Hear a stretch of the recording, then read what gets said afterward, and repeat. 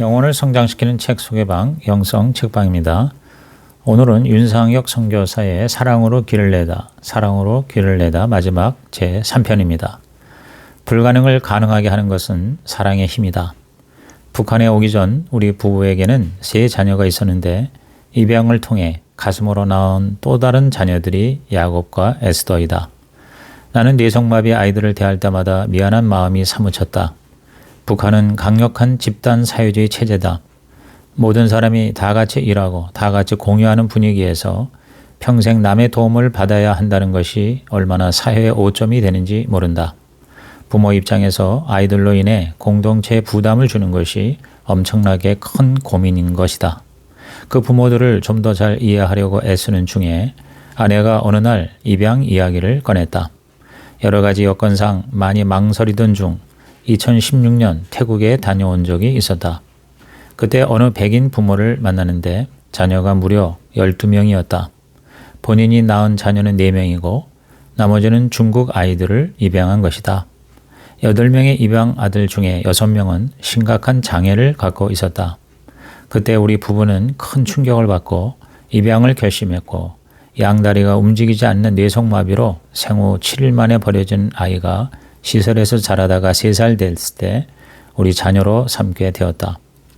이 아이 즉 야곱이 우리 집에 오게 된 것은 셋째 안나가 6개월 동안 하루도 빠짐없이 남동생을 달라고 기도한 응답이었다.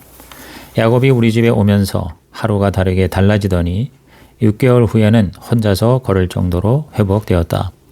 야곱을 입양한 지 1년이 안 되었을 때 중학생이던 큰딸 사라가 기도 가운데 아이를 1명 더 데려오라는 하나님의 음성을 들었다면서 우리를 놀라게 했다. 내 아이를 키우는 일이 항상 전쟁과 같았는데 1명의 가족이 더 늘어난다니. 그러나 아내는 나보다 훨씬 더 담대했고 사라의 의견대로 결정하고 나도 결국 사랑으로 두려움을 이기게 되었다. 그래서 우리의 막내가 된 아이가 조지아에서 데려온 에스더이다. 에스더도 선천적 기형으로 오른쪽 다리에 종아리가 없고 발이 무릎에 붙어 있는 채로 태어났다. 발가락도 7개였고 눈은 사시였다. 우리는 에스더의 발을 수술하여 의족을 만들고 무릎에 붙어 있던 발을 떼어내 왼쪽 발가락을 5개로 만들어 주었다. 양쪽 눈도 수술해 주었다.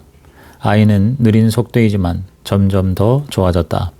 북한에서 5 아이를 키우는 일은 쉽지 않다. 그러나 이 아이들 덕분에 나는 진지한 회개와 삶의 새로운 이유들을 발견할 수 있었다. 무엇보다 장애를 가진 부모의 마음을 더욱더 잘 이해하게 되었다. 하나님은 하루 종일 치열하게 싸우는 나에게 다음 날이면 겸손히 감사의 기도를 나오게 했는데 그것은 바로 사랑의 힘이다. 내가 얼마나 귀한 선물을 받았는지 입양을 통해 신앙적, 인격적으로 성장하고 부모로서의 삶의 깊이를 배워가게 되었으니 축복 중에 축복이 아니겠는가. 더욱더 북한의 장애 부모들과 동질감을 가지게 되었고 소통과 위로의 관계를 가지게 되었다. 나는 계속해서 말할 것이다. 이 아이들은 소중한 존재입니다. 이 아이들은 치료를 계속해야 합니다. 내가 북한에서 하고 싶은 일이 바로 이것이다. 치료의 영역을 넘어 이 사회가 장애에 대한 인식을 새롭게 받아들이도록 하는 것이다. 이 아이들이 얼마든지 사회 일원으로 살아갈 수 있음을 보여주고 싶고 그런 사회를 함께 만들어 가고 싶다. 나는 2011년 성탄절에 내가 머물던 고려호텔 방에서 견고한 진이라는 영적인 실체를 며칠 동안 직면한 경험이 있다. 이때 나는 북한을 잡고 있는 것은 사람이 아닌 악한 영이라는 것을 깨달았다. 그 영이 나만의 교회에도 영향을 미치고 있음을 직감했다. 우상, 숭배, 교만, 용서하지 못하는 분리의 영, 두려움과 세속주의가 다 들어와 있는 것이다. 그때 나는 한국교회의 협력으로 북한이 변화되어야 한다는 패러다임이 바뀌었다. 북한의 변화는 나만의 교회가 같이 회개할 때 가능해진다. 어둠의 영이 우리를 지배하고 있음을 인정하고 철저하게 그리스도의 모습만이 드러나도록 한반도 전체가 변화받아야 하는 것이다. 견고한 진을 대적하기 위해서는 반대되는 영들로 맞서야 이길 수 있다. 우상 숭배에는 진정으로 예배하는 삶으로, 분리의 영에 대해서는 연합함으로, 교만에 대해서는 겸손의 영으로 나가야 한다. 북한에서의 행사와 사역에 최선을 다해 사랑과 겸손으로 나아가자 북한을 향한 사랑의 마음이 자연스럽게 흘러나왔다. 그것을 본 북한 사람들의 마음도 열리기 시작했다. 그리스도의 사랑을 사람들에게 나타낼 때 북한을 사로잡고 있는 영적 견고한 진들은 사라지게 될 것이다. 견고한 진들의 반대되는 영으로 다가설 때 하나님의 영광이 어둠을 빛으로 바꾸실 것이다. 하나님은 남한과 북한, 이 사랑스러운 한반도 전체를 치유하고 회복시키실 것이다. 나는 북한에서 봉수교회에 출석하고 있다. 북한의 외국인 크리스찬은 거의 이 교회를 다닌다. 북한 당국이 통제하고 보여주기식의 가짜교회라는 말이 있다. 나도 처음에 그런 마음이 있었지만 어느 순간부터 그곳에서 은혜를 경험하기 시작했다.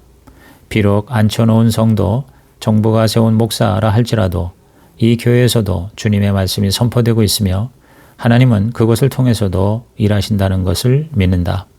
이 교회에 오는 성도들 중에는 기독교의 뿌리를 가지고 있는 사람들이 꽤 있다.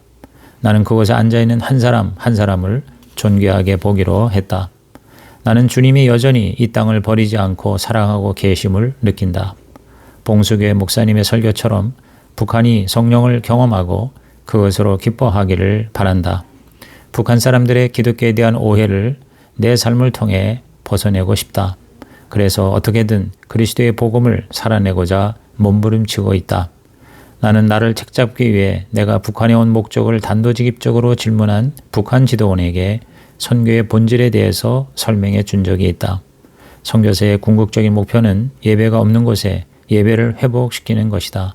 예배가 없는 곳에서 예배를 드리고 하나님을 사랑하고 이웃을 사랑하는 것이 나의 목적이며 선교의 본질이다. 그 말에 놀랍게도 지도원은 듣고 보니 참 좋은 선교네요 라고 대답하며 나에 대한 의심을 거두었다. 위험할 수 있었지만 진정한 선교의 의미를 나눌 수 있는 기회를 주신 하나님께 감사했다. 기독교를 나쁘게 보는 북한에서 엄청난 프로젝트를 하는 것보다 그들의 생각 속의 부정적 인식을 바꾸는 것이 중요하다고 생각한다. 나의 역할은 기독교에 대한 오해를 풀어주고 화목하게 하는 일이라고 본다. 북한에서 그리스도인으로 사는 것은 말이 아닌 삶으로 그리스도의 향기를 드러내야 하는 것이다. 나는 이 땅에 거주하며 예배가 없는 곳에서 참된 예배자로 살아가기를 원한다. 삶의 예배를 드리면서 말이다. 우리 같은 장기 거주의 외국인들에게는 지도원이 배치되면 몇 년씩 함께 하기도 한다. 나를 맡은 지도원들과도 오랜 기간 함께하며 가족처럼 지낸다. 나는 친구가 된 북한 동료들의 도움으로 여러 가지 어려움을 극복한 적이 많았다. 여기는 자유가 있으나 전혀 자유롭지 못한 것이다. 처음 4년은 마치 가택 구금을 당한 것처럼 보내야 했다. 아이들은 함께 놀 친구도 없었고 학교도 없었다. 그래서 3년간 같이 지낸 지도원에게 매일처럼 통사정을 했고 그 지도원이 장문의 편지를 써서 상부에 진정을 했고 그것이 통해서 드디어 평양 내 외교관 거주지역으로 이사를 가게 되었다. 70년 만에 외교관 거주지역에서 처음으로 살게 된 미국인 가족이 된 것이다. 그런 기적은 순전히 우리의 친구가 된 지도원 덕분이었다. 북한 사람들은 마음과 마음이 통하는 관계를 매우 중요하게 생각한다. 그래서 외국인을 신뢰하기까지는 많은 시간이 걸리지만 한번 관계가 형성되면 친구를 위해 기꺼이 어려운 일을 감수하는 것을 보았다. 나는 그들과 목욕탕에 같이 가면서 조금씩 신뢰를 쌓아갔다. 주님이 우리의 모습을 있는 그대로 받아주신 것처럼 그들의 특성과 배경을 있는 그대로 받아주려고 노력한다.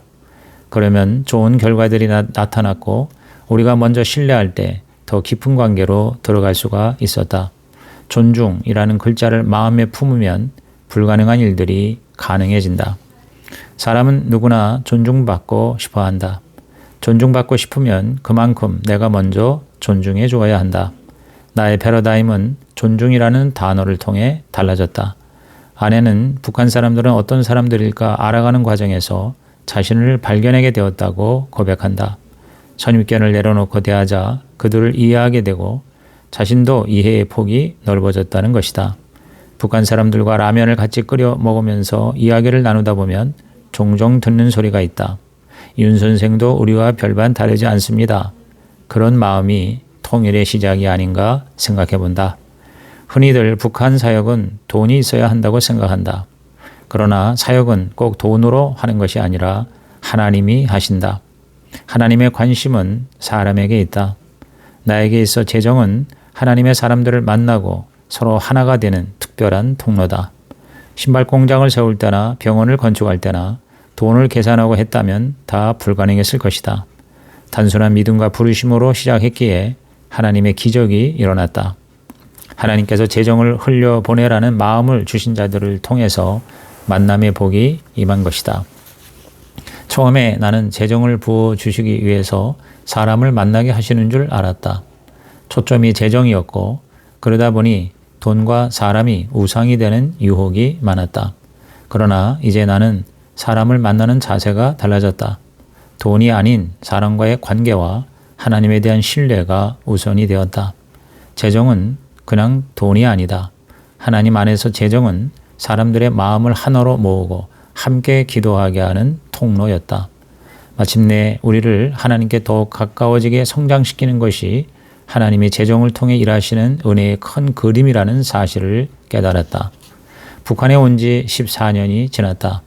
북한에서의 시간은 하나님이 우리 가정을 더 단단하고 아름답게 세워가시는 여정이었음을 고백한다. 처음에 왔을 때는 정말 힘들었다. 겨울에는 난방이 되지 않아 아이들이 모든 옷을 다 껴입고 자도 추워서 잠을 못 자기 일쑤였다. 아이들의 볼이 항상 빨개져 있어서 한국의 주일학교 아이들의 뽀얀 얼굴을 보면 촌스러운 우리 아이들의 모습에 마음이 흔들렸다. 새 아이들을 학교에 못 보내 아내가 집에서 홈스쿨로 가르쳤다. 북한 쌀은 돌이 많아서 아내는 밥을 지을 때마다 1시간 이상이나 걸렸다. 그런데도 아이들은 여기가 좋다고 해맑게 웃었다. 철없는 아이의 말을 통해 하나님은 우리를 붙잡아 주셨다. 얼마나 큰 은혜인가. 힘들고 어려운 가운데 그래도 버틸 수 있는 것이 진짜 은혜라는 것을 아이들을 통해서 깨달았다. 아이들은 TV도 없고 놀러갈 데도 없고 밤에는 전기도 없이 촛불을 켜며 지내는데 그래서 우리들은 가족과 함께하는 시간이 누구보다도 많았다. 아이들과 이야기를 많이 나누었다. 사역지 곳곳에 아이들을 데리고 다녔기에 아이들은 북한 사람들을 중보하고 축복하면서 자라게 되었다. 5살에 북한에 온 사라는 지금 대학생이 되었다. 사라는 북한에서의 생활이 한순간도 버리고 싶은 시간이 없다고 말한다. 사라는 지금 자폐아동을 위해 살기로 결정하고 미국 아칸소주에 있는 대학에서 장애를 위한 특수교육을 전공하고 있다. 사라는 남들이 하는 사교육을 전혀 받지 않았다. 엄마가 가르쳐준 말씀을 배우고 함께 기도하며 병원의 치료를 보는 것이 전부였다. 그러나 그런 것이 북한을 품는 마음을 자리잡게 한 것 같아서 고맙고 감격스럽다. 아내와의 관계도 갈수록 단단하게 만들어 주셨다. 너무나 힘든 상황에서 우리도 부부싸움을 많이 했다. 아내와 나는 왜 싸우는지도 모르고 싸울 때가 많았다. 아무것도 아닌 일이었다. 그런데 어느 순간 분리의 영이 우리를 공격하는 것을 깨달았다. 교회 공동체의 시작인 가정이 무너지면 모든 것이 무너진다는 걸 깨닫고 서로를 위해 붙들고 기도하기 시작했다. 나는 주님이 우리를 힘든 곳에 내버려둔 것이 아니라 우리가 감당할 만한 곳에 보내셨다는 것을 알았다. 주님이 부르신 그 자리가 가장 소중하고 귀한 곳임을 깨달은 것이다. 북한 사람들은 우리가 왜 여기에 와서 고생하는지 이유를 알 수 없다고 한다. 나는 그리스도의 사랑 때문이라고 대답한다. 주님이 우리를 위해 고난 당하신 것은 우리도 그 고난에 동참하기 위함이다. 그것이 그리스도의 가르침이라고 설명해 주었다. 이렇게 몇 해를 살다 보니 북한 사람들도 우리에게 사랑을 표현한다. 명절에 생선과 현미 등을 가져오며 말한다. 윤 선생 아바이는 우리 아바이인데 같이 돌봐야지요. 나는 눈물이 마르면 사역지를 떠나야 할 때라고 스스로 마음에 담고 일한다. 나는 요즘도 때때로 눈물이 난다. 힘들어서 울던 그때와는 다른 눈물이다. 그들이 우리를 이웃으로 받아준 삶의 눈물이다. 나는 아직도 이곳에서 흘릴 눈물이 많을 것만 같다.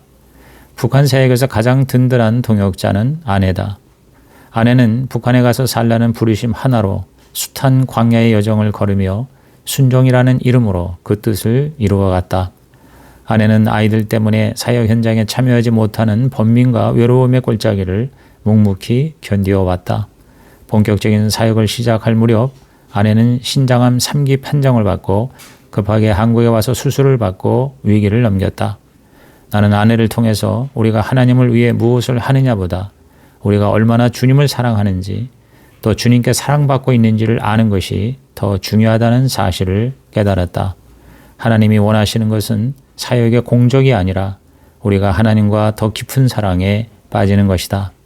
아내는 이제 아무 일이 주어지지 않더라도 그냥 북한에만 있으면 행복해 했다. 주어진 것이 없어도 이곳에서 기도하며 그 자리를 살아내고 지켜내는 삶이야말로 가장 위대한 사역임을 아내는 알게 되었다. 이 여정 속에서 아내가 쓴 시가 있다. 저는 왜 이곳에 있습니까? 주님, 저는 왜 이곳에 있습니까? 제가 속하지 않은 이 땅, 낯선 말과 낯선 풍습이 가득한 이국 땅에 세상과 단절된 채 홀로, 철저히 홀로, 저를 향한 소명은 무엇입니까? 스스로의 나약함에 움츠러들고 무능력함에 압도되어 역할도 목적도 없이 있습니다. 그러나 주님, 당신께서 이곳에 계십니다. 당신께서 저를 이곳에 부르셨습니다.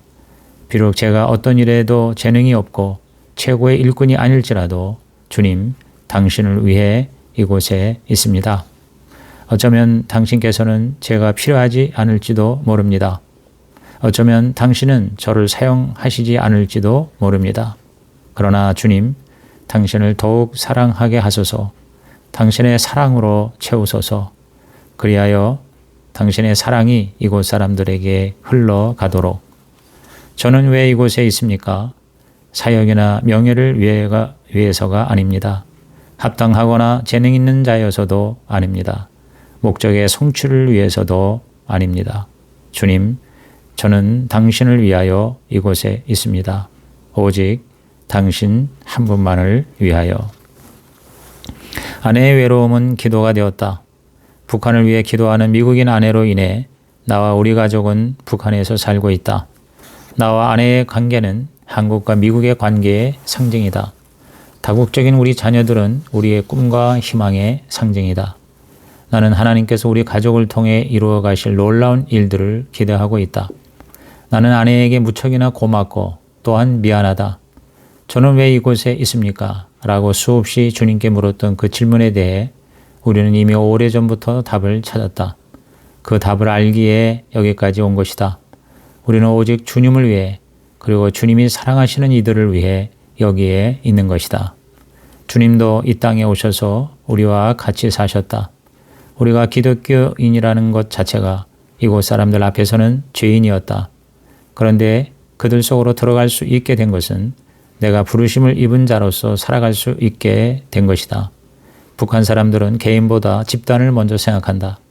이 사람들과 살다 보면 기독교인인데도 불구하고 가끔은 내가 얼마나 이기적이고 내 중심적으로 생각하고 있는지를 발견할 때가 있다. 그럴 때마다 더 겸손히 낮아짐을 묵상하게 된다. 이들의 모습으로 다가가는 것은 성육신으로 다가오신 주님의 모습임을 깨닫는다. 이것은 공식적으로 기독교 활동을 할 수 없다. 그러나 여러 기독교인들이 그들의 생활 방식과 그들이 하는 사업과 교육과 의료를 통해 말씀을 살아내고 있다. 이것은 외국인이 살기에 정말 너무 힘든 것이다. 거주지, 인터넷, 국제전화, 비자 등 모든 생활 환경이 열악하다. 그럼에도 불구하고 나는 이곳에서 함께 살아갈 사람들이 많아지면 좋겠다. 주님이 성육신 하셨듯이 우리는 주님의 손과 발이 되고 그리스도의 향기가 되어야 한다. 그럴 때 북한 사람들이 좋으신 하나님을 맛보고 목격하게 될 것이다. 광야에 길을 내고 사막에 강을 내시는 하나님은 오늘도 우리를 통해 이곳 사람들을 위한 놀랍고도 새로운 일을 시작하신다. 그런 정도든지 그리스도 안에 있으면 새로운 피조물이라 이전 것은 지나갔으니 보라 새 것이 되었도다. 이 말씀은 우리 민족에게 주신 말씀이라고 생각한다. 더 이상 세상을 이전 방식으로 바라보지 말라는 뜻이다. 통일 이전에 필요한 것이 화해라고 생각한다. 진정한 화해는 예수 안에서 새로운 피조물로 새로운 정체성을 가질 때 가능해진다. 국가적인 통일이 되든 안 되든 서로를 바라보는 시간에 애처로움이 담긴다면 그것이야말로 주의 나라가 이 땅에 임하는 기도가 될 것이다.